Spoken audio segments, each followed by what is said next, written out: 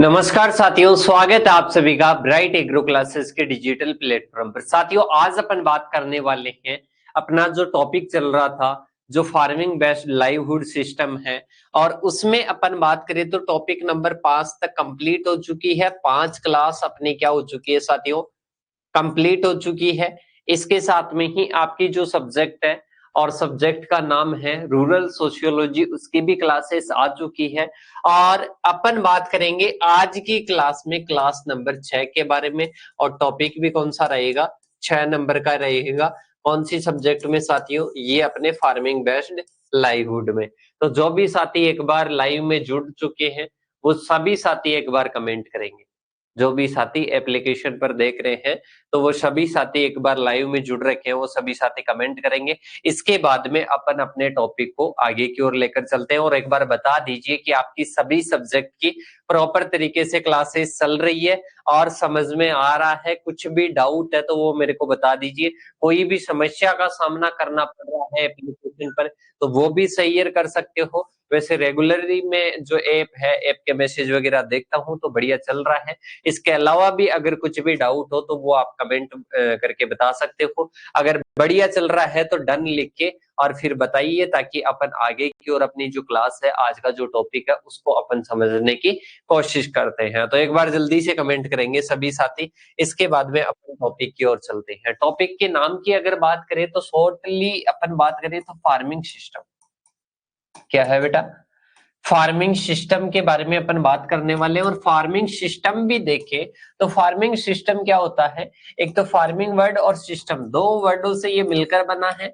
और अगर इनकी बात करें तो ये एग्रीकल्चर में बात कर रहे हैं। किस में बात कर रहे हैं बेटा, एग्रीकल्चर में बात कर रहे हैं। मतलब जो फार्मिंग सिस्टम है या जो कृषि की एक प्रणाली होती है, उसकी अपन क्या करेंगे, एग्रीकल्चर में बात करेंगे। और मेनली अगर बात करें तो जो फार्मिंग सिस्टम होता है वो क्या होता है, एक वे होता है, एक तरीका होता है। किसका, एक तरीका होता है मैनेज करने का, किनका, इनपुट्स को, जो कि एग्रीकल्चरल प्रोडक्ट्स का क्या करता है, जो कि प्रोडक्शन करता है। तो उसको प्रोडक्शन करने वाले जो इनपुट्स होते हैं उनका क्या करता है, मैनेज करता है। अगर इंग्लिश में आप लिखना चाहो तो लिख सकते हो, a way of managing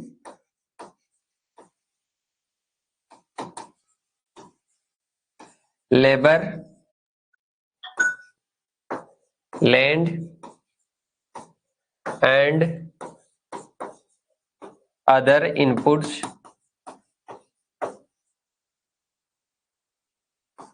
to produce agricultural products। सही, ये मेनली इसकी फुल जो है डेफिनेशन है। और यहां पर लिख लेना फार्मिंग सिस्टम।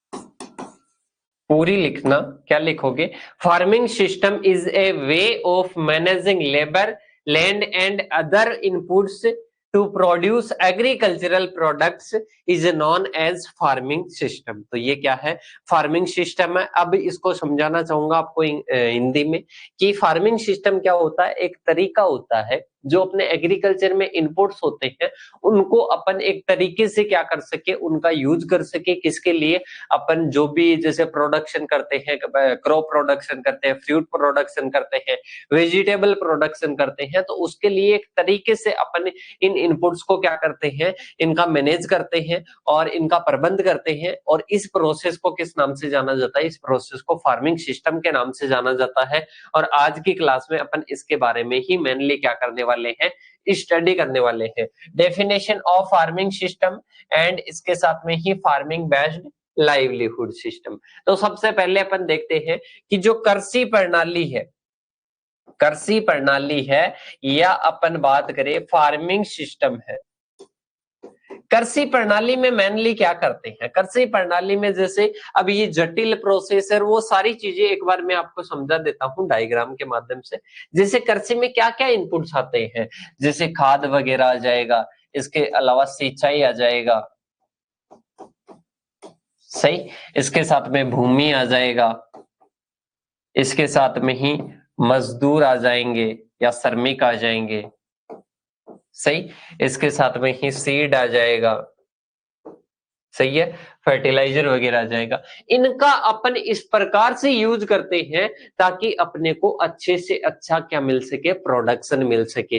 तो इनका जो प्रोडक्शन, इनका अपन प्रोडक्शन में यूज करते हैं। जैसे अपने पास में कितनी है, 2 बीघे का खेत है। कितने बीघे का खेत है, 2 बीघे का खेत है। उस 2 बीघे के खेत में अपन इनको किस प्रकार से यूज करें ताकि अधिक से अधिक प्रोडक्शन हो। इसमें मछली उत्पादन करें, इसमें पशुपालन करें, इसमें क्रॉप प्रोडक्शन करे, फ्रूट प्रोडक्शन करे, वेजिटेबल प्रोडक्शन करे। मतलब ये कंप्लीट जो है इनका अपन प्रबंध करके उपयोग करते हैं ना, जिसको अपन किस नाम से जानते हैं, फार्मिंग सिस्टम। तो ये फार्मिंग सिस्टम की जो प्रक्रिया है ना, एक प्रकार की क्या है, जटिल प्रक्रिया है। क्या है, कॉम्प्लेक्स प्रोसेस है। तो पहली चीज ये समझ जाना, देखो कृषि प्रणाली क्या है, एक जटिल और परस्पर संबंधित क्या है, संरचना है, जिसमें मिट्टी होती है मतलब सॉइल, इसके साथ में पौधे, इसके साथ में जानवर या एनिमल्स, और उपकरण, शक्ति मतलब पावर, श्रम मतलब लेबर, और इसके साथ में पूंजी और अन्य इनपुट क्या होते हैं,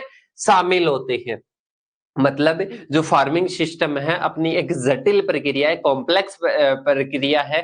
और इसमें क्या क्या चीजें शामिल होती है, इसमें शामिल होती है सोइल शामिल होती है, इसमें प्लांट्स शामिल होते हैं, इसमें एनिमल शामिल होते हैं। इसके साथ में ही बात करें तो इसमें इम्प्लीमेंट्स या उपकरण शामिल होते हैं, इसमें पावर या श्रम शामिल होती है, शक्ति शामिल होती है, श्रम या लेबर शामिल होती है, इसके साथ में पूंजी या लेबर आ जाएगी। और इसके साथ साथ में अदर इनपुट्स भी इसमें क्या होते हैं, इंक्लूड होते हैं। और इस पूरी प्रोसेस को किस नाम से जानते हैं, फार्मिंग सिस्टम के नाम से जानते हैं। किस नाम से जानते हैं साथियों, फार्मिंग सिस्टम के नाम से जानते हैं, जिसे आंशिक रूप से किसान परिवारों द्वारा नियंत्रित किया जाता है।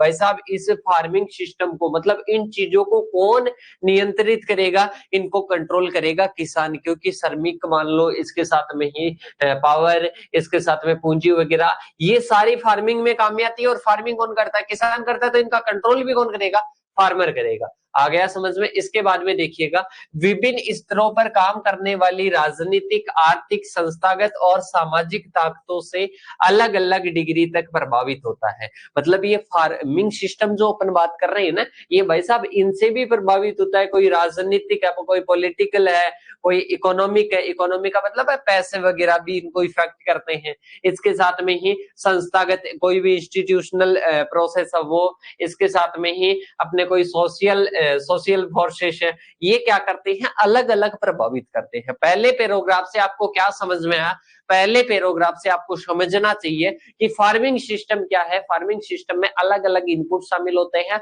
और उनको अपन मैनेज करते हैं फार्मिंग सिस्टम में। इसके साथ में ही ये किसके द्वारा कंट्रोल होते हैं, कंट्रोल होते हैं फार्मर के द्वारा, किसान के द्वारा। इसके साथ में ही इन जो फार्मिंग सिस्टम है, कृषि प्रणाली है, इसको अलग अलग जो प्रभावित कर सकते हैं। जैसे इकोनॉमिक फैक्टर्स प्रभावित कर सकते हैं, और इसको सामाजिक ताकत प्रभावित कर सकती है, संस्थागत, पॉलिटिकल, ये क्या कर सकते हैं, इनको प्रभावित कर सकते हैं। यहां तक समझ में आया। इसके बाद में अगर इनको और अपन सरल भाषा में कन्वर्ट करना चाहिए, इनको और अपन सरल भाषा में कन्वर्ट करना चाहिए, तो सरल शब्दों में कहें तो कृषि प्रणाली एक खेत पर की जाने वाली विभिन्न कृषि गतिविधियों और उद्यमों की एकीकृत क्या है, सेट है। कहने का मतलब यह है कि कृषि प्रणाली क्या है बेटा, समझ में आएगा। पोस्टमार्टम अपन थोड़ा सा करते हैं।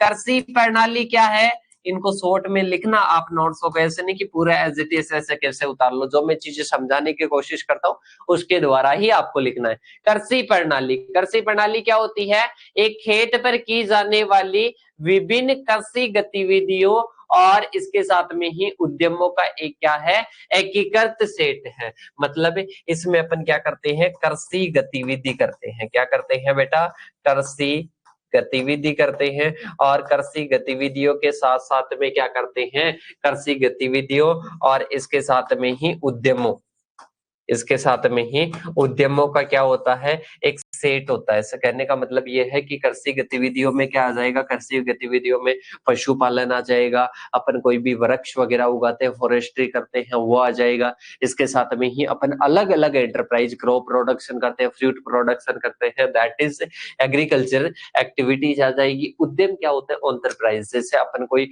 वर्मी कल्चर कर रहे हैं, सही, केचुए की खाद का, ऑर्गेनिक फार्मिंग का कोई वर्क कर रहे हैं, तो वो क्या होता है, एंटरप्राइज। मतलब इन दोनों का एक क्या है, एकीकृत सेट है, इंटीग्रेटेड सेट है, सही। इसमें फसल उत्पादन, पशुपालन और मत्स्य पालन और वानिकी अन्य संबंधी गतिविधियां शामिल होती है। मतलब एग्रीकल्चर गतिविधियों की बात कर रहे हैं तो क्रॉप प्रोडक्शन आ जाएगा, लाइव स्टॉक रियरिंग आ जाएगा, फिशरीज आ जाएगा, फॉरेस्ट्री आ जाएगा। तो ये गतिविधियां क्या होती है, शामिल होती है। और किसमें शामिल होती है, ये अपने फार्मिंग सिस्टम में क्या होती है, शामिल होती है। तो ये फार्मिंग सिस्टम का जो मेन इंट्रोडक्शन था वो कंप्लीट होता है। डेफिनेशन यहाँ पर समझ में आ गई होगी। अगर नहीं समझ में आई है तो पहले मैं लिखवा चुका हूँ आपको शुरू में इंग्लिश वाली, वो याद कर लेना, कोई ज्यादा डिफिकल्ट नहीं है। अब इसके बाद में अपन बात करते हैं कृषि प्रणाली की, मतलब फार्मिंग सिस्टम। फार्मिंग सिस्टम कहीं पर भी आ जाए तो भाई साहब एग्रीकल्चर एक्टिविटीज कौन कौन सी होती है, फॉरेस्ट्री मैंने बताया, लाइव स्टॉक रियरिंग मैंने बताया, क्रॉप प्रोडक्शन मैंने बताया, इसके साथ में डेयरी आप कर सकते हो, अदर जो भी आप एग्रीकल्चर में, फ्रूट प्रोडक्शन, वेजिटेबल प्रोडक्शन, ये सारे किसमें आते हैं, ये सभी आते हैं फार्मिंग सिस्टम की क्या है, एक्टिविटीज है। क्या है बेटा, एक्टिविटीज है। सर इन पीडीएफ को कैसे लिखेंगे बेटा, मैंने तो नहीं कहा कि अभी थोड़ी सी पहले ही मैंने कहा था कि आपको पूरी प्रोसेस, आपको जो है पूरी पीडीएफ नहीं लिखनी है, सही। अब जैसे मैं जटिलता के माध्यम से बताऊंगा तो जटिलता के माध्यम से आपको ऐसे नहीं लिखना है कि पूरी चीज आप लिख रहे हो, पूरी चीज आपको नहीं लिखनी है। जैसे मैं आपको बताऊं कि एग्रोनॉमी का फादर या अपने सस्य विज्ञान का फादर कौन है, पीटर डी क्रेसन जी। तो भाई साहब आपको पूरी थोड़ी लिखोगे कि अपने सस्य विज्ञान के पितामह कौन है, सस्य विज्ञान के पितामह है पीटर डी क्रेसन जी। तो इसमें आपको शॉर्ट नोट्स का मतलब होता है, जैसे एग्रोनॉमी लिख लिया या एग्रो भी लिख सकते हो, एग्रो के लिख के और इसके साथ में ही क्या लिख लोगे, पीटर डी क्रेसन जी, डी क्रेसन जी लिख देना। इस प्रकार से होता है, जैसे आपकी कोई भी लाइन है, मतलब उसमें कनेक्टिंग वर्ड आपको नहीं लिखने हैं, जो एक लाइन को कनेक्ट करते हैं ना, कनेक्टिंग वर्ड आपको नहीं लिखने हैं, आपकी भाषा में सही लिखने हैं, सही है। जैसे अपन कोई भी बात करते हैं, अभी मैं बताऊंगा कि किस प्रकार से, और अभी कृषि प्रणालियों की विशेषता बताऊंगा ना, तो उसमें अब मैंने ये बताया, सही है, यहीं पर आपका क्लियर हो जाएगा अभी कि सर क्या क्या लिखना होता है, कैसे लिखना होता है। बेटा मैंने ये सारी चीज बताई, अब इस सारी चीज में मैंने लास्ट में ये पूरी चीज बताने के बाद में कहा कि इसमें एग्रीकल्चरल जो एक्टिविटीज है ना उनको ध्यान रखना। तो एग्रीकल्चर एक्टिविटीज कौन कौन सी है, इसमें अपने आ जाएगी क्रॉप प्रोडक्शन, इसके साथ में लाइव स्टॉक रियरिंग, फिशरीज और फॉरेस्ट्री आ जाएगा, और इसके साथ में अदर आ जाएगा, सही है। ये एग्रीकल्चर एक्टिविटीज और डेफिनेशन मैंने पहले लिखवा दी। तो लिखने का मटेरियल तो वो डेफिनेशन और एग्रीकल्चरल एक्टिविटीज है। अब फिर आप शायद इसको पूरा ही क्यों ना उतारो, सही है, वो तो आपका माइंड काम करता है कि आप पूरा उतारना चाहते हो या नहीं उतारना चाहते हो। मेरे अकॉर्डिंग आपको डेफिनेशन और ये काफी है, सही है। इसके बाद में आप जैसे ही विशेषताओं में आओगे तो विशेषताएं मैं आपको समझा दूंगा, और फिर पूरा तो आपको नहीं लिखना चाहिए मेरे हिसाब से, क्योंकि सारी चीजें मैं आपको एक्सप्लेन कर दूंगा, कॉन्सेप्ट आपके माइंड में बिठा दूंगा। और फिर आप रहे कि सर मैं तो पूरी एज इट इज ऐसे कैसे उतारूं, तो फिर उसको मैं रोक भी नहीं सकता बेटा, वो आपको फिर उतारना है। और अगर आपको मैं जटिलता के माध्यम से पूरी विशेषता समझा दूंगा, गतिशीलता के माध्यम से, सभी के माध्यम से समझा दूंगा, तो मेरे हिसाब से फिर पूरा नहीं लिखना है आपको, शॉर्ट लिखना है। या फिर अभी भी ऐसे नहीं है कि आप इसको नहीं उतार सकते, बिल्कुल उतार सकते ऊपर, आपको तो थोड़ा सा टाइम तो फोन को भी तो देना पड़ता है ना। आप 8 घंटे अगर यूज में लेते हो तो मैं लिख कर दे सकता हूँ, एक प्रत्येक स्टूडेंट खुद के नोट्स बना सकते हैं, स्वयं को नोट्स बना सकते हैं। बहाने तो अलग बात होती है, पर खुद के नोट्स आराम से बना सकते हैं, डेली के 8 घंटे दे तो पढ़ाई को, सही है। इन पीडीएफ को कैसे लिखेंगे बेटा मैंने बता दिया, संतोष से, इसके अलावा चारू शर्मा, सारे बता दिए मैंने कि किस प्रकार से। किस प्रकार से लिखना है। अभी एक सर लिखवा दो ना नोट्स, बेटा अगर मैं इनको लिखवाने बैठूंगा ना कि बेटा आप लिखो कि जटिलता और फिर ये लाइन में लिखाऊंगा, फिर गतिशीलता, फिर इसमें लाइन लिखवाऊंगा, तो ऐसे तो अपना सिलेबस 1 साल तक ही नहीं होगा। सही है। इसका रीजन ये होता है कि अब आप बच्चे नहीं रहे हो, अब आपको खुद को आना चाहिए नोट्स। अब आपको खुद को आना चाहिए कि नोट्स किस प्रकार से मेरे को नोट डाउन करने। ये तो मैं आपको स्किल से, आप मेरी वीडियोस देखोगे ना शुरू से लेकर एंड तक, मैं आपके स्किल्स कहीं ना कहीं डेवलप करने की कोशिश करता हूँ और एग्जाम्पल से समझाऊंगा। अब समझाना तो पड़ेगा ही, क्योंकि आपके माइंड में तो थोड़ा सा आ गया कि सर नोट्स नहीं लिखवा रहे। अब मैं आपको बता देता हूँ, अगर आपको कोई नोट्स लिखवा भी रहा है ना, वो आपके पैरों पर कुल्हाड़ी मार रहा है। सही है। कहीं पर भी अगर मैं भी लिखवाता हूं तो ऐसे मान लो कि आपके पैरों पर मैं कुल्हाड़ी मार रहा हूँ कि ये क्यों। जैसे अपन बात करते हैं यूपीएससी का एग्जाम देते हैं। सही है। यूपीएससी का एग्जाम आपने दिया तो नहीं है, पर मैं आपको बता देता हूँ। यूपीएससी का जब एग्जाम देते हैं तो उसमें अपने को ज्यादा से ज्यादा लिखना पड़ता है, ज्यादा से ज्यादा लिखना पड़ता है। और अपन बात करें ना तो अपने को रटना नहीं होता है। इस कंडीशन में भी आपके यही होगा। जैसे आप एक पैराग्राफ को आप याद कर जाओगे ना, तो उसके बाद में आप जब एग्जाम में जाकर बैठोगे, लिख कर दे रहा हूं, अगर किसी स्टूडेंट को पूरी लाइन टू लाइन याद रहे तो मैं यही बैठा हूं, आपको पूरे 24 पेज याद नहीं होंगे। और एग्जाम में जब बैठोगे ना तो ये माइंड से निकल जाएगा और ये भी नहीं रहेगा और कॉन्सेप्ट भी क्लियर नहीं था, क्योंकि आप तो कॉन्सेप्ट क्लियर करने में तो बैठे ही नहीं, आप तो इसको रटने में बैठ गए। बेटा रटा हुआ भी याद नहीं आया एग्जाम में और ये वाला भी नहीं लिखा, कुछ ये लिखा और कुछ वो, मतलब मिक्स में आपने क्या कर दिया, पूरा ही कचरा कर दिया। कहने का मतलब ये है फाइनली रूप से समझ जाना, अगर समझदार हो तो, कि आपको हर चीज का कॉन्सेप्ट याद करना है। मतलब कॉन्सेप्ट कैसे क्लियर करना है, जैसे मैंने बताया फार्मिंग सिस्टम क्या है। अब फार्मिंग सिस्टम की डेफिनेशन याद करने बैठ जाओ, मैंने डेफिनेशन लिखा दी। मैंने ये भी तो आपको बताया ना कि फार्मिंग सिस्टम क्या होता है। फार्मिंग सिस्टम होता है कि अपन कोई भी, अपन जैसे किसान है, किसान है तो खेती करते हैं। अब खेती में क्या होते हैं, इनपुट्स होते हैं, और उन इनपुट्स का अपन क्या करते हैं, मैनेजमेंट के द्वारा कुछ भी प्रोडक्शन के लिए यूज करते हैं। लाइक जैसे आप गेहूं का प्रोडक्शन कर रहे हो भाई साहब, उसमें खाद भी दे रहे हो, उसमें बीज भी डाल रहे हो, और इसके साथ में उसमें सिंचाई भी दे रहे हो, उसमें भूमि का भी यूज कर रहे हो, तो इनका आप एक मैनेजमेंट करते हो। बिल्कुल करते हो, मैनेजमेंट के द्वारा ही। ऐसे तो है नहीं कि 100 किलोग्राम बिना देखे, बिना कुछ जांचे ही आप 100 किलोग्राम बीज डाल दिए, 50 किलोग्राम खाद डाल दी, ऐसे तो नहीं करते। तो पूरा मैनेजमेंट करते हो, दैट इज फार्मिंग सिस्टम। तो ये एग्जांपल से समझा दिया। अब आप अपने अकॉर्डिंग भी जो डेफिनेशन है ना वो बनाकर आ सकते हो। सही है। और फिर अगर अपन ऐसे बात करें ना कि आप तो बोलोगे सर नोट्स लिखवाओ, ये हम तो ये रटेंगे, तो बेटा फिर रट लो। सही है। मैं कहीं ना कहीं आपको समझाने की कोशिश कर रहा हूँ कि आप कहीं ना कहीं डेवलप हो, और आप तो बस वही कि सर बस वही कर दो, हमारे को तो जो है ना जो नोट्स है ना वो लिखवा दो। पहले हम 12th में थे वैसे ही अब रहेंगे, अब नहीं रहना है। अब कहीं ना कहीं थोड़ा सा माइंड डेवलप करना है।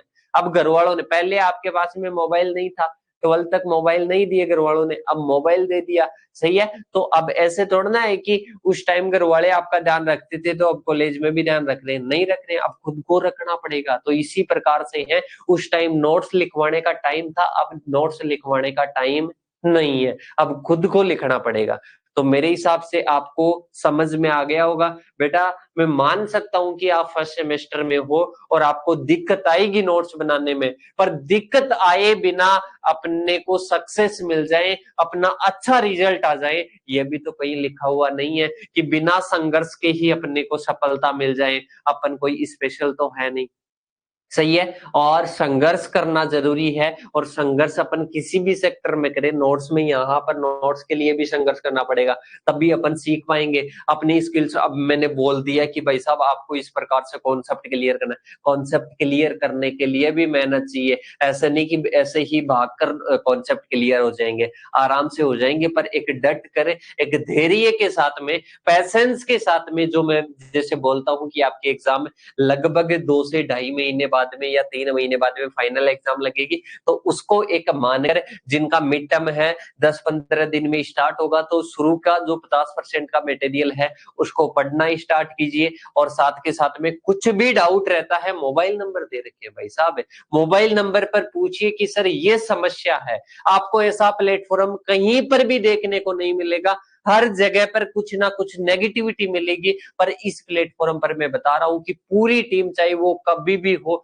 आपको फोन का रिप्लाई देगी। वो चाहे कैसे भी दे, फोन पर दे, व्हाट्सएप पर दे। कई साथी तो ऐसे होते हैं 2-2 जगह व्हाट्सएप पर मैसेज करते हैं अपना, पर दोनों जगह पर भी रिप्लाई दिया जाता है। तो आपको ऐसा अपॉर्चुनिटी नहीं मिलेगी बेटा कि आपको सब कुछ मिल रहा है, आपको रिप्लाई मिल रहे हैं, आपको नोट्स मिल रहे हैं, आपको क्लासेस मिल रही है। हमारे टाइम की अगर मैं बात करूं ना, उस टाइम कुछ भी नहीं था, खुद को सारे नोट्स बनाने पड़ते थे, सब कुछ खुद को। मतलब अगर खुद बना रहे हो तो ठीक है, वरना कोई देने वाला नहीं है, बैक आने वाली है। सही है, तो मेरे हिसाब से समझ गए होंगे। और फिर इसके बाद में अगर नहीं समझ में आया तो फिर पर्सनली कॉल कर लेना बेटा। और अब अपन चलते हैं आगे की ओर। सही है, ऐसे मान लो कि 21 मिनट का लेक्चर तो है ना, वो बस आपको समझाने के लिए ही चला गया। अब दोबारा से मैं समझा रहा हूँ कि कृषि प्रणाली क्या है, फार्मिंग सिस्टम क्या है। फार्मिंग सिस्टम एक ऐसी प्रणाली है जिसमें अपन क्या करते हैं, जो अपने इनपुट्स होते हैं उनका क्या करते हैं, मैनेजमेंट के द्वारा अपन खेत में अप्लाई करते हैं और उससे क्या लेते हैं, प्रोडक्शन लेते हैं, दैट इज फार्मिंग सिस्टम। अब फार्मिंग सिस्टम में क्या क्या होते हैं, अलग अलग विशेषताएं होती है। सबसे पहली विशेषता होती है जटिलता। अब मैंने जटिलता का एग्जांपल दिया कि जटिलता किस प्रकार से होती है। जटिलता ऐसे होती है कि जैसे अपन मान लो कि अपना एक खेत है, उस खेत में अपने को जो सिस्टम इस प्रकार से अपने को यूज करना पड़ता है, अपने को इनपुट इस प्रकार से यूज करने पड़ते हैं ताकि अपने इनपुट कम लगे और अपने को प्रोडक्शन क्या मिले, अत्यधिक मिले। तो ये क्या है, एक जटिल है। कृषि प्रणालियां क्या होती है, जटिल होती है। उनमें कई परस्पर आपस में संबंधित क्या होते हैं, घटक होते हैं जो एक दूसरे को प्रभावित करते हैं। अपने को ध्यान रखना पड़ता है कि भाई साहब अभी अपन सरसों बोएंगे तो पाले का इफेक्ट ज्यादा पड़ेगा, अपन थोड़े दिन बाद में बाएंगे तो कम पड़ेगा। इसके साथ में ही अभी बोएंगे तो सरसों का सफेद रोली आएगा, बाद में बोएंगे तो नहीं आएगा। ये कई चीजें अपने को ध्यान में रखनी पड़ती है। इसीलिए इसको बोलते हैं कि फार्मिंग सिस्टम एक क्या है बेटा, कॉम्प्लेक्स है। तो यहाँ तक मेरे हिसाब से क्लियर है। क्यों कॉम्प्लेक्स है, क्योंकि कई ऐसे परस्पर कारक होते हैं जो कि आपस में इनको क्या करते हैं, प्रभावित करते हैं, फार्मिंग सिस्टम को प्रभावित करते हैं। नेक्स्ट आता है डायनेमिक या गतिशीलता।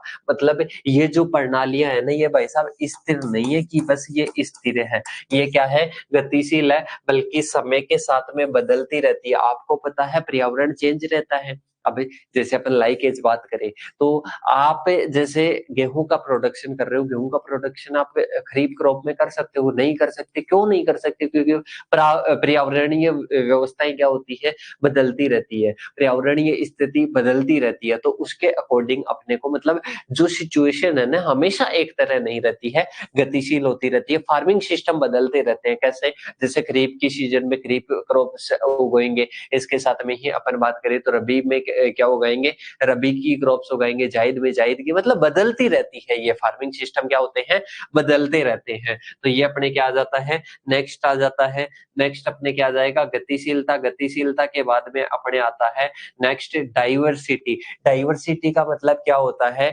डाइवर्सिटी का मतलब होता है विविधता। विविधता का मतलब है कि अलग अलग क्षेत्र में, ऐसा नहीं कि सभी क्षेत्रों में एक ही प्रकार का मौसम रहता है, मौसम अलग अलग रहता है। अब भाई साहब मौसम अलग अलग रहेगा, वहां की जलवायु अलग अलग रहेगी, तो वहां के फार्मिंग सिस्टम भी तो अलग अलग रहेंगे। ऐसे भी नहीं है कि अपन बात करें कि गेहूं का प्रोडक्शन ही बीकानेर में हो रहा है और गेहूं का प्रोडक्शन ही अपने जयपुर में हो रहा है, क्योंकि वहां की वर्षा डिपेंड करती है, तापमान डिपेंड करता है, कई चीजें डिपेंड करती है। तो वहां का फार्मिंग सिस्टम में क्या होता है, अलग अलग होता है। कहने का मतलब है कि डाइवर्सिटी पाई जाती है, क्योंकि जलवायु अलग अलग है तो वहां का फार्मिंग सिस्टम भी क्या होता है, अलग अलग होता है। तो ये अपने आ जाएगा नेक्स्ट। इसके बाद में आता है गोल ओरिएंटेड। गोल ओरिएंटेड का मतलब होता है भाई साहब सभी किसान एक जैसा फार्मिंग फार्मिंग सिस्टम नहीं रखते हैं, सभी अलग अलग रखते हैं। जैसे आपको आपके एरिया में चावल और दाल खाई जाती है और हमारे एरिया में क्या खाई जाती है, हमारे एरिया में ऐसे मान लो कि रोटी और दाल खाई जाती है या रोटी सब्जी खाई जाती है, तो हम ज्यादा गेहूं के प्रोडक्शन पर फोकस करेंगे, आप ज्यादा चावल के प्रोडक्शन पर फोकस करोगे। तो कहने का मतलब है कि सभी किसान परिवारों की अलग अलग आवश्यकता होती है, अलग अलग आकांक्षाएं होती है, उनको पूरा करने के लिए कृषि प्रणालियों का क्या होता है, प्रबंध करते हैं। जैसे कि खाद्य सुरक्षा हुआ, आय सृजन हुआ, इसके साथ में जोखिम प्रबंधन हुआ। इसके बाद में आता है बाहरी प्रभावों के प्रति संवेदनशीलता। मतलब जो अपने क्या है, फार्मिंग सिस्टम क्या है बेटा, फार्मिंग सिस्टम है। ये फार्मिंग सिस्टम क्या होता है, ये फार्मिंग सिस्टम अपन बात करें तो ये संवेदनशील होता है। कैसा होता है, सेंसिटिव होता है बाहरी प्रभावों के लिए। बाहरी प्रभावों की बात करें तो अलग अलग कोई नई नई नीतियां आ रही है, नई नई कोई पॉलिसी आ रही है, उन पॉलिसी से मान लो, या बाहरी कोई भी मौसम संबंधी कोई भी आपदाएं हैं उनके लिए मान लो, मतलब ये बाहरी रूप से क्या होता है, सेंसिटिव होता है फार्मिंग सिस्टम। तो देखिएगा, कृषि प्रणालियां, सरकारी नीतियां, बाजार की स्थितियां और तकनीकी विकास, जलवायु परिवर्तन आ जाएंगे वर्षा वगैरह में, इनके प्रति ये क्या होती है, काफी प्रभावित होती है। मतलब इनके प्रति, बाहरी कारकों के प्रति काफी क्या होती है, सेंसिटिव होती है। इसके बाद में आ जाएगा नेक्स्ट, कृषि प्रणालियों के प्रकार। अब क्या आता है, जो फार्मिंग सिस्टम अपन बात कर रहे थे कि सर ये प्रभावित होते हैं, क्या होते हैं बेटा, प्रभावित होते हैं। तो ये प्रभावित किस प्रकार से होते हैं, मतलब आप बोल रहे हो कि सर ये चीज प्रभावित होती है, फार्मिंग सिस्टम प्रभावित होता है। अब कि फार्मिंग सिस्टम के प्रकार तो बता दीजिए। तो अब अपन क्या करने वाले हैं बेटा, फार्मिंग सिस्टम के प्रकार देखने वाले हैं। क्या देखने वाले हैं, फार्मिंग सिस्टम के प्रकार देखने वाले हैं। कृषि प्रणालियों को विभिन्न मानदंडों, जैसे फसल का प्रकार, पशुधन का एकीकरण और इसके साथ में इनपुट के उपयोग स्तर और बाजार उन्मुखीकरण के आधार पर क्या किया जा सकता है, वर्गीकृत किया जा सकता है। तो सबसे पहले आता है सस्टेनेबल फार्मिंग। कौन सी आती है, सस्टेनेबल फार्मिंग आती है, सबसिस्टेंस फार्मिंग आती है, निर्वाह कृषि कौन सी आती है, सस्टेनेबल तो टिकाऊ कृषि हो जाती है। ये कौन सी है, निर्वाह कृषि। निर्वाह कृषि का मतलब ये होता है, जो किसान कृषि करता है ना, वो ओनली खुद के जीवन निर्वाह के लिए करता है, इसको निर्वाह कृषि के नाम से जाना जाता है।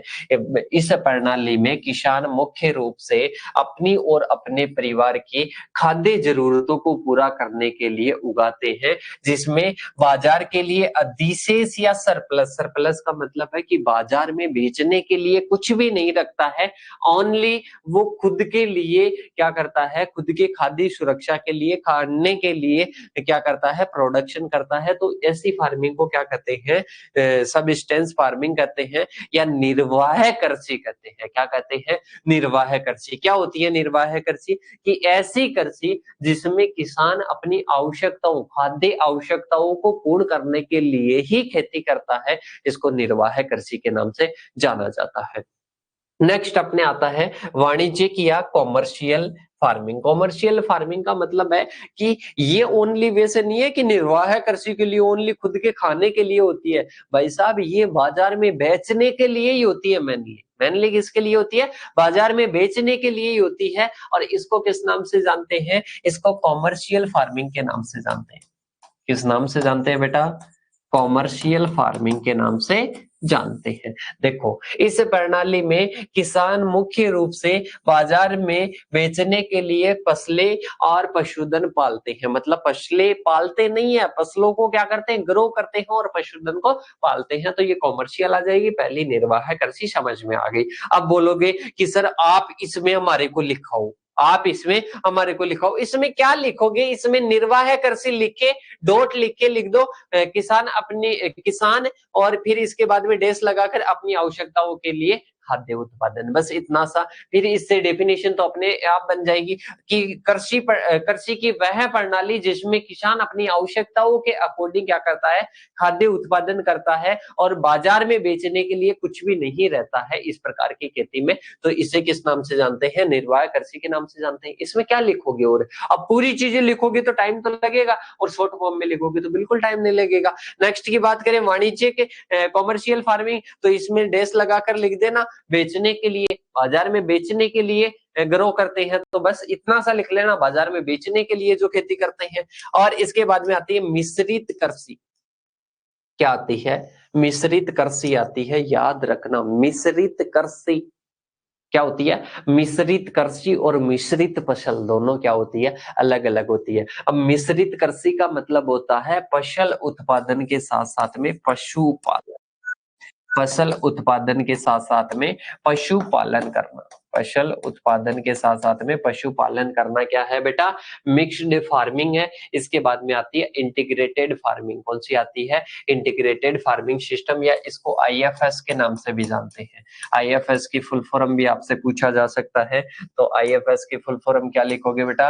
आईएफएस की फुल फॉर्म लिखना है integrated farming system. Integrated farming system आ जाएगा। देखो, इस प्रकार की प्रणाली में पशुपालन, इसके साथ में जो एग्रीकल्चर की अलग अलग एक्टिविटीज थी, जैसे मछली पालन हुआ, इसके साथ में डेयरी हुआ, पशुपालन हुआ, इसके साथ में फसल उत्पादन हुआ, फल उत्पादन हुआ, इन सभी को इस प्रकार से अपन ग्रो करते हैं ताकि प्रोडक्शन क्या मिल सके? अत्यधिक मिल सके। देखो, इस प्रणाली में किसान विभिन्न कृषि गतिविधियों या एग्रीकल्चर एक्टिविटी जैसे फसल उत्पादन, पशुपालन है, इसके साथ में मत्स्य पालन है, यहाँ तक कि कृषि वानिकी को एक दूसरे के साथ में एकीकृत करते हैं। मतलब कृषि वानिकी मतलब जो एग्रो फॉरेस्ट्री, मतलब इन सभी का एक खेत में ही क्या करेंगे? सभी को अपनाएंगे। सभी को अपनाने से इसका फायदा क्या? इसका फायदा ये है कि अपने जो अवशेष, जैसे फसल के अवशेष किसके काम में आ जाएंगे? फसल के अवशेष काम में आ जाएंगे अपने पशुधन पालन के लिए, मतलब चारा वगैरह के रूप में। और फसलों का जो दाना है वो मछली के लिए काम में आ जाएगा। और इसके साथ में एग्रो फॉरेस्ट्री में अपने खेत के चारों ओर अपन वृक्ष लगा देंगे, उनसे अलग बेनिफिट होगा। मतलब इससे 4 गुना क्या होता है, ऐसे मान लो कि 4 गुना इससे लाभ प्राप्त होता है। तो इसको बोलते हैं आईएफएस। मतलब सभी को अपन सभी रिसोर्सेज का इसमें यूज करते हैं और इससे लाभ क्या होता है? अधिक प्राप्त होता है। समझ में आ गया क्या? एक बार मेरे को बता दीजिए, समझ में आ गया क्या बेटा? कि बिल्कुल समझ में आ गया। देखिएगा, आईएफएस को दोबारा से समझाना चाहूंगा, आपके बार बार पूछा जाएगा अगर किसी बार सिलेबस में। अब माइंड में क्या रहता है, हमेशा मैं तो बताता हूँ कि किसी को कैसा भी लगे, सही है, जो बात है वो मुंह पर बोलनी है। अपने को ऐसा नहीं है कि आपको बुरा लगे, और आपको बुरा क्यों लगेगा? आपके हित के लिए बोल रहा हूँ, तो मेरे हिसाब से आपको बुरा नहीं लगना चाहिए। और फिर बुरा लगता है तो वो आपकी कहीं ना कहीं क्या है? कमी है। बेटा ये आईएफएस ये है ना, ये बाद में सिलेबस में नहीं होगा, फिर भी पूछ ली जाएगी डेफिनेशन, क्योंकि कॉमन डेफिनेशन है। अब ध्यान से समझना इसको। एग्रीकल्चरल और एग्रीकल्चर में मैंने डिफरेंट बताया था। अभी इस क्लास में जितने भी साथी है ना, उनमें आधों को ही नहीं पता है कि एग्रीकल्चर और एग्रीकल्चरल में क्या डिफरेंट है। अब देखिएगा, आईएफएस का मतलब क्या होता है? एग्रीकल्चरल एक्टिविटीज, जो कि क्या होती है? क्रॉप प्रोडक्शन, एनिमल रियरिंग आ जाएगा, इसके साथ में मछली पालन, फिशरीज आ जाएगा, एग्रो फॉरेस्ट्री आ जाएगा। इनको इस प्रकार से आपस में अपन यूज करते हैं और ताकि सभी रिसोर्सेज का यूज हो सके और इससे बेनिफिट अधिक से अधिक मिल सके। इसको बोलते हैं आईएफएस। तो ये अपने क्या हो जाता है, ये अपने जो फार्मिंग सिस्टम के जो मेन प्रकार थे वो कंप्लीट होते हैं। इसके बाद में अपन चलते हैं आगे की ओर। फार्मिंग बेस्ड लाइवलीहुड सिस्टम, किसकी बात करेंगे? फार्मिंग बेस्ड लाइवलीहुड की बात करेंगे। तो फार्मिंग बेस्ड लाइवलीहुड ही है, क्रॉप प्रोडक्शन कर रहे हैं तो फार्मिंग बेस्ड लाइवलीहुड है, मतलब आजीविका का स्रोत है, कहीं ना कहीं कृषि पर आधारित है। एग्रो फॉरेस्ट्री है, वो भी है। इसके साथ में ही अपन बात करें फिशरीज भी है, और ये सारे किस पर? एनिमल की रियरिंग कर लो, पशुपालन कर लो, तो वो भी किसका है? वो भी आजीविका का स्रोत है। किस पर डिपेंड है? कृषि पर डिपेंड है। तो इसको ही बोलते हैं फार्मिंग बेस्ड लाइवलीहुड सिस्टम। ये टॉपिक कहीं ना कहीं पहले भी आ चुका था और मेरे हिसाब से मैंने वहां पर भी समझाया था कि क्या क्या होते हैं जो कि कृषि पर आधारित होते हैं, जैसे पशुपालन हो गया, पशु उत्पादन हो गया, मत्स्य पालन हो गया। ये सारी गतिविधियां किससे संबंधित है? कृषि से मुख्यतः है संबंधित है। सही है। अब इसके बाद में अपन बात करते हैं जो अपने फार्मिंग बेस्ड जो लाइवलीहुड सिस्टम है ना, इसके कंपोनेंट कौन कौन से हैं? इसके कंपोनेंट कौन कौन से हैं? इंटीग्रेटेड फार्मिंग सिस्टम, बेटा बता दिया। नहीं सर, नहीं मानते आपके बातों का बुरा। अच्छा, कोई दिक्कत नहीं है बेटा, मैंने एक बार बता दिया आईएफएस का सिस्टम, एक बार दोबारा से मैं समझा देता हूँ, सही है। और अब की बार तो इस प्रकार से समझाऊंगा कि आप जिंदगी में कभी भूलोगे भी नहीं, सही है। देखना, जैसे ये क्वेश्चन किसने पूछा था, ये पूछा था चारू शर्मा ने। देखो बेटा चारू शर्मा, आपका ये क्या है, ऐसे मान लो कि आपके पिताजी का या आपके दादाजी का 4 बीघे का खेत है, सही है। और इसमें अपन बात करें तो आपके पास में ऑप्शन क्या क्या रहता है, आपके पास में सबसे पहला है फसल उत्पादन, मतलब गेहूं वगैरह की, चना वगैरह की फसल आप लगा सकते हो। दूसरा होता है फॉरेस्ट्री, मतलब वृक्ष लगा सकते हो, फल उत्पादन वगैरह के वृक्ष लगा सकते हो। इसके साथ में ही पशुपालन कर सकते हो,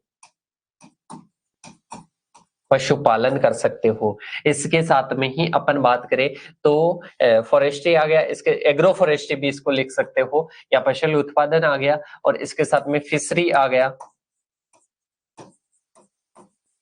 सही है। इसके साथ में वर्मी कंपोस्ट की आप यूनिट लगा सकते हो,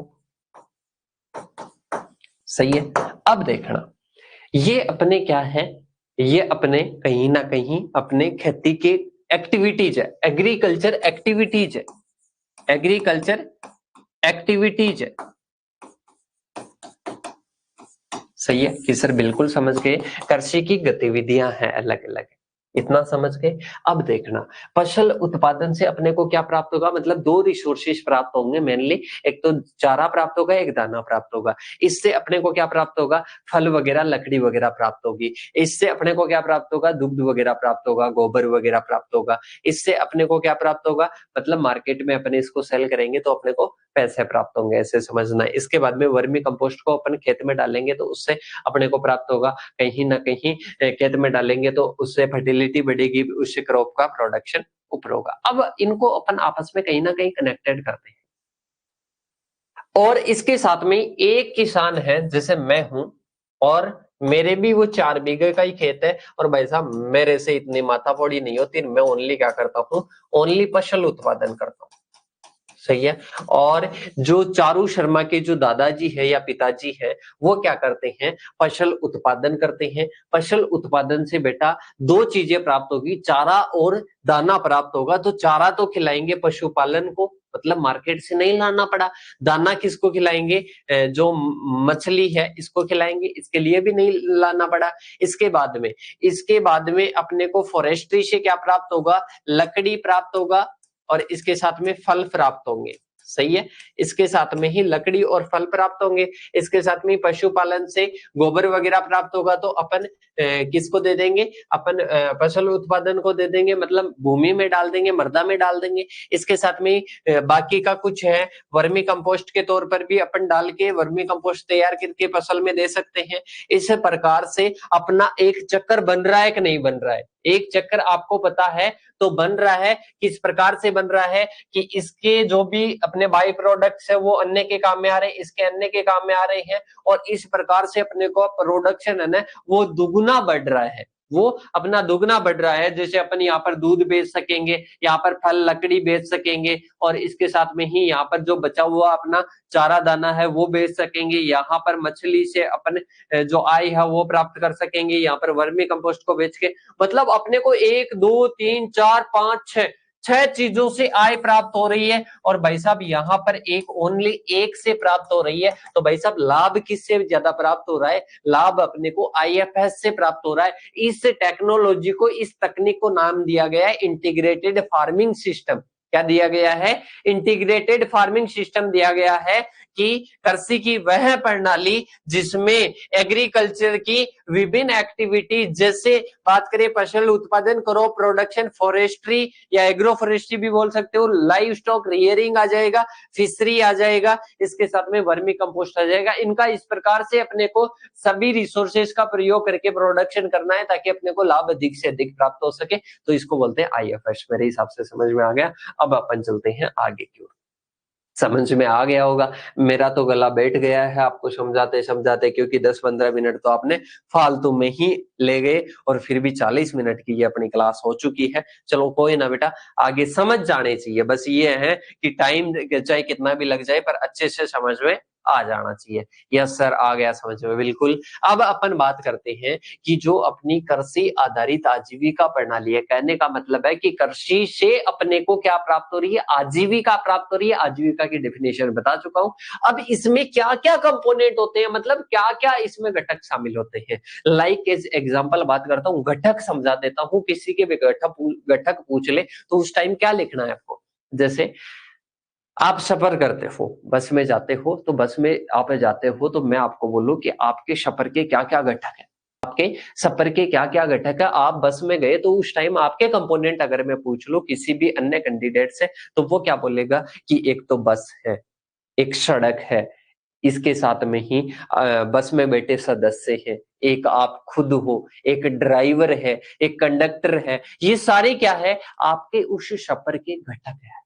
क्या है, घटक है। अब आप सोचोगे कि सर ये घटक नाम किसको दिया गया, ये घटक नाम दिया गया कि जो मैं प्रेजेंट टाइम में जो कर रहा हूं या जिसके घटक पूछे गए हैं उसमें क्या क्या चीजें इंक्लूड है। जैसे एक तो बस चला रहा है, एक बस खुद है, इसके साथ में एक बस कंडक्टर है, एक सदस्य है, एक बस जहां पर चल रही है वो आ जाएगा। मतलब ये सारे क्या है, घटक है। तो ये अपने क्या होते हैं, इस प्रकार से घटक होते हैं। इस प्रकार से देखना आप फार्मिंग बेस्ड लाइवलीहुड के जो घटक हैं, मतलब कृषि पर आधारित जो आजीविका है ना, इसके प्रमुख घटक कौन कौन से हैं। अब सबसे पहले यहाँ पर आजीविका, आजीविका की प्रणालियां हैं। आजीविका मतलब कुछ अपने को मिल रहा है। आजीविका का मतलब थोड़ा सा, वैसे प्रॉपर इनकम नहीं होता है, पर इनकम अपन मानकर देखते हैं। अब आपको पता है कि अपन फार्मिंग बेस्ड जो लाइवलीहुड है, मतलब जो आजीविका प्राप्त होती है वो कहां से प्राप्त होती है। आप क्रॉप प्रोडक्शन करते हो कि नहीं करते हो, कि सर बिल्कुल करते हैं। फॉरेस्ट्री अभी अपन ने बात की, इसके साथ में ही अपन बात करें तो अलग अपन बात करें तो फॉरेस्ट्री आ जाएगा, क्रॉप प्रोडक्शन आ जाएगा, एनिमल रियरिंग वगैरह आ जाएगा। तो ये पहला क्या आ जाएगा, कृषि गतिविधियां या एग्रीकल्चरल एक्टिविटीज आ जाएगा। मतलब इसका पहला घटक है कि एग्रीकल्चरल की जो एक्टिविटीज है वो इसका पहला घटक आ जाएगा। सही है। अब इसमें मेरे हिसाब से बताने लायक कुछ भी नहीं है, पहले मैं बता चुका हूँ कि क्या क्या घटक होते हैं। इसके बाद में आ जाएगा प्राकृतिक संसाधन। क्या आ जाएगा, प्राकृतिक संसाधन। प्राकृतिक संसाधन का मतलब है कि भाई साहब क्रॉप प्रोडक्शन कर रहे हो। मैंने कहा कि बस चल रही है, बस कहां पर चल रही है, बस चल रही है अपने सड़क पर चल रही है। तो भाई साहब क्रॉप उगा रहे हो तो कहां पर उगा रहे हो, भूमि में उगा रहे हो, उसके लिए पानी भी यूज कर रहे हो, और इसके साथ में फॉरेस्ट्री के लिए आप क्या कर रहे हो, वन उगा रहे हो, इसके साथ में ही आप मछली उत्पादन कर रहे हो। तो ये क्या है, अपने क्या है भाई साहब, कि ये अपने जो है रिसोर्सेस है, नेचुरल रिसोर्सेस है। कैसे हैं, नेचुरल रिसोर्सेस है, प्रकृति के द्वारा प्राप्त होते हैं। तो ये दूसरा क्या आ जाता है, कंपोनेंट आ जाता है। इसके बाद में अपन चलते हैं बेटा आगे की ओर। आगे अपन बात करें, क्रॉप प्रोडक्शन करोगे तो सीड लाओगे कि नहीं लाओगे, कि सर बिल्कुल सीड लाएंगे। तो सीड लाओगे तो उसके लिए भी तो आपको कुछ पैसे चाहिए, उस कुछ पूंजी चाहिए। तो मानव पूंजी, नेक्स्ट घटक क्या आ जाएगा, मानव पूंजी आ जाएगा, ह्यूमन कैपिटल आ जाएगा। मतलब इसमें क्या क्या चीजें चाहिए, ग्रामीण श्रमिकों का ज्ञान कौशल स्वास्थ्य वगैरह, इसके साथ में ही इसके लिए पूंजी की भी क्या होती है, जरूरत होती है। इसके साथ में सोशल पूंजी चाहिए। सोशल पूंजी की बात करें तो इसमें सामाजिक नेटवर्क शामिल होता है, संबंध शामिल होते हैं, संस्थान शामिल होते हैं। सही है। तो सोशल कैपिटल चाहिए। इसके बाद में बात करें तो नेक्स्ट आती है कौन सी, अपने आती है फिजिकल। फिजिकल में जैसे मशीन आ गई, भवन आ गया। अपने खेत पर अपने फार्म पर मशीन भी होती है, मशीनें भी होती है, भवन भी होती है, इंफ्रास्ट्रक्चर होता है, तो वो फिजिकल कैपिटल आती है। वित्तीय मतलब आप ऋण लेते हो। इसके साथ में ही अपन बात करें, ऋण मतलब जो डायरेक्ट अपन ऋण लेते हैं ना, वो किस में आता है, वो अपने फाइनेंशियल कैपिटल में आता है। सही है। तो ये अपने क्या होता है साथियों, ये अपने कंप्लीट होता है इसके कंपोनेंट्स। तो कंपोनेंट्स में क्या क्या चीजें शामिल होती है वो मैंने बता दिया। कैपिटल के 4-5 टाइप थे, इसके अलावा नेचुरल रिसोर्सेस वगैरह सारी अपन ने चर्चा कर ली, तो वो आपके हो जाएगा। अब इसके बाद में आ जाएगा next, characteristics of farming based livelihood system. पहले फार्मिंग सिस्टम का देखा, अब इसका अपन देख लेते हैं। तो सबसे पहले आ जाएगा कि इसमें पूछ रहा है, पहले पूरी ये वाली लाइन समझ जाना कि कृषि आधारित आजीविका प्रणाली की क्या-क्या विशेषता है। कृषि पर आधारित आजीविका प्रणाली क्या-क्या है? फसल उत्पादन करते हो, इसके साथ में फॉरेस्ट्री अपनाते हो, इसके साथ में पशुपालन करते हो, तो अलग-अलग जलवायु के अकॉर्डिंग अलग-अलग होती है। तो पहली क्या आ जाएगी? विविधता, मतलब अलग-अलग जलवायु क्षेत्र के अकॉर्डिंग अलग-अलग क्या होती है? जो लाइवलीहुड है वो सिस्टम होता है एग्रीकल्चर बेस्ड। इसके बाद में नेक्स्ट अपन ने बात की थी कोई कॉम्प्लेक्सिटी, मतलब इसमें क्या होती है? जटिलता होती है। जटिलता वो वाली आ जाएगी, वो वाला जो विवरण है वो आ जाएगा। इसके बाद में रिस्क या अनसर्टेनिटी। रिस्क या अनसर्टेनिटी का मतलब क्या होता है? रिस्क मतलब अपन बात करें ना, जो प्राकृतिक अपन आपदाएं हैं, इसके साथ बाजार में उतार चढ़ाव होते हैं, तो कृषि में ये मेनली होता है। कृषि में अपन बात करें, बाजार में उतार चढ़ाव होता है, प्राकृतिक आपदाएं वगैरह आ जाती है, तो इसका मतलब है कि जोखिम और अनिश्चितता अपने को क्या करनी पड़ती है? देखनी पड़ती है इस क्षेत्र में। इसके साथ में एडेप्टेबिलिटी। एडेप्टेबिलिटी का मतलब है कि बदलती परिस्थितियां और चुनौतियों का सामना करने के लिए FBLS को अनुकूलनीय और इसके साथ में लचीला होना चाहिए। अब इसके बाद में अपन चलते हैं बेटा आगे की ओर। आगे आता है मौसमी, मतलब अपन बात करें ना कि जो फार्मिंग सिस्टम होता है या जो अपन आजीविका का सोर्स माने एग्रीकल्चर वाला, तो ये एक मौसमी होता है। मौसमी कैसे? एक मौसम में अपन गेहूं का प्रोडक्शन करेंगे तो ये कैसा होता है? मौसमी होता है। तो नेक्स्ट विशेषता क्या आ जाएगी? मौसमी आ जाएगी। तो ये अपने कंप्लीट होता है। इसके बाद में देखिएगा नेक्स्ट और लास्ट अपने हैं कि कृषि आधारित आजीविका प्रणाली का क्या महत्व है। मतलब अपने को मान ले कि कृषि पर आधारित जो आजीविका प्राप्त होती है, मतलब कृषि पर आधारित कैसे? जैसे अपन क्रॉप प्रोडक्शन करते हैं, पशुपालन करते हैं, तो इससे क्या महत्व होता है? महत्व का सबसे पहला सबसे बड़ा तो यही है कि फूड सिक्योरिटी। अपने को क्या मिलता है? फूड सिक्योरिटी मिलता है। मतलब अपन क्रॉप प्रोडक्शन के द्वारा ही तो भोजन लेते हैं। किसान ही तो क्या उगाता है? खेती करता है, और वही भोजन वही अन्नदाता, इसीलिए तो उसको अन्नदाता कहते हैं। तो पहला क्या आ जाएगा? Food security. इसके बाद में रोजगार का सृजन। आपको पता है कि ग्रामीण क्षेत्रों की 70% जनसंख्या किस पर निर्भर है? कृषि पर निर्भर है। तो नेक्स्ट विशेषता हो जाएगी रोजगार सृजन। इसके बाद में अपनी जो इकोनॉमिक है, मतलब जो आर्थिक है, आर्थिक की स्थिति, अर्थव्यवस्था किस पर डिपेंड होती है? कृषि पर, क्योंकि ज्यादातर जनसंख्या उस पर डिपेंड है। तो भाई साहब आर्थिक विकास भी किस पर निर्भर होता है? कृषि पर निर्भर होता है। तो ये भी इसका महत्व है। इसके बाद में पर्यावरणीय स्थिरता आ जाएगी, मतलब टिकाऊ कृषि पद्धतियां जो है ये अपनाकर अपन क्या कर सकते हैं? जो टिकाऊपन ला सकते हैं। सस्टेनेबल एग्रीकल्चर के बारे में अपन आगे वाली क्लास में एक टॉपिक आएगा, उसमें अच्छे से समझेंगे। इसके बाद में आता है नेक्स्ट सामाजिक और सांस्कृतिक संरक्षण आ जाएगा। मतलब इसके साथ में ही अपने नेक्स्ट आता है जो क्या-क्या चुनौतियां आती है। मतलब एग्रीकल्चर में जो फार्मिंग बेस्ड जो लाइवलीहुड है, मतलब अपनी कृषि पर आधारित जो आजीविका होती है ना, इस आजीविका में अपन मेनली बात करें तो आजीविका में क्या-क्या मेन समस्याएं आती है। आजीविका में क्या-क्या मेन समस्याएं आती है, तो इनके बारे में अपन बात करते हैं। तो कृषि आधारित आजीविका प्रणालियों के समक्ष क्या-क्या चुनौतियां आती है? मतलब अपनी जो आजीविका है वो कृषि पर आधारित होती है, और आधारित होती है तो इसमें क्या-क्या अपने को समस्याएं देखने को मिलती है, ये भी अपन आराम से समझेंगे। और एक स्टूडेंट का कमेंट आ रहा है चारू शर्मा का कि सर FBLS क्या होता है? अंकित यादव, FBLS क्या होता है? बेटा ये तो मेरे को भी नहीं पता है कि FBLS क्या होता है। अरे मेरे भाई और मेरी बहन थोड़ा-सा ध्यान देते तो आपको समझ में आ जाता। क्या समझ में आता? Farming based livelihood system. क्या है? Farming based livelihood system. इसीलिए तो बोलता हूं कि थोड़ा-सा शॉर्ट में भी ध्यान दे लो रे, क्या लॉन्ग ही लॉन्ग में चलते हो। FBLS farming based livelihood system. अब समझ में आ गया क्या? अगर समझ में आ गया तो एक प्यारी सी स्माइल दे दो और खुद पर दे दो, क्योंकि आपने क्या नहीं दिया? अच्छे से ध्यान नहीं दिया। सही है। अब इसके बाद में अपन चलते हैं आगे की ओर। अब बुरा मत मान जाना कि सर हमारे को तो समझ में नहीं आया, तो नहीं आया, इसमें क्या बात है? हमने पूछ लिया, उसमें कोई दिक्कत नहीं है। ये तो मैं तो मजाक कर रहा हूँ, और मजाक में ले लेना, सीरियस लो तो भी कोई दिक्कत नहीं है, किसी को कोई फर्क नहीं पड़ने वाला है। अब देखिएगा आगे अपन बात करते हैं कि क्या क्या ऐसे चैलेंजेज है फार्मिंग बेस्ड लाइवलीहुड से रिलेटेड। तो अपन बात करें तो सबसे पहला आ जाएगा छोटे और खंडित जोत। मतलब भारत में बात करें ना, तो भारत में एक तो जनसंख्या तो ज्यादा है ही है, और एक और आपने समस्या देखी होगी, जैसे अपन बात करें कि अंकित यादव का अभी कमेंट आया था, तो देखो अंकित पर ये एग्जांपल ले लेते हैं। अंकित के दादाजी के कितनी थी, 4 बीघे जमीन थी, सही। अब भाई साहब अंकित के दादाजी के कितने बेटे हुए, 2 बेटे हुए, मतलब इसके पिताजी और कितने भाई है, 2 भाई है, तो इनके पिताजी वर के कितनी आ जाएगी, 2-2 बीघा आ जाएगी। अब भाई साहब जो अंकितवर हैं, अंकितवर कितने भाई है, 2 भाई हो जाते हैं, और इसके साथ में इनके क्या हो जाती है, इस प्रकार से हो जाती है। अंकित के जो ताऊ जी है या अंकल है, उसके भी 2 बेटे हो जाते हैं, तो भाई साहब इतनी हो गई। अब भाई साहब अंकित के 2 बेटे हो जाते हैं, तो इतनी हो जाती है। अंकित के बेटे 2 बेटे हो जाते हैं, तो भाई साहब इतनी हो जाती है। मतलब भाई साहब क्या हो रहा है, खेती के छोटे छोटे खंड हो रहे हैं, जो अपने फार्म है ना, वो छोटे छोटे भागों में डिवाइड हो रहे हैं। यहाँ पर अंकित के बेटे का मकान भी बनेगा,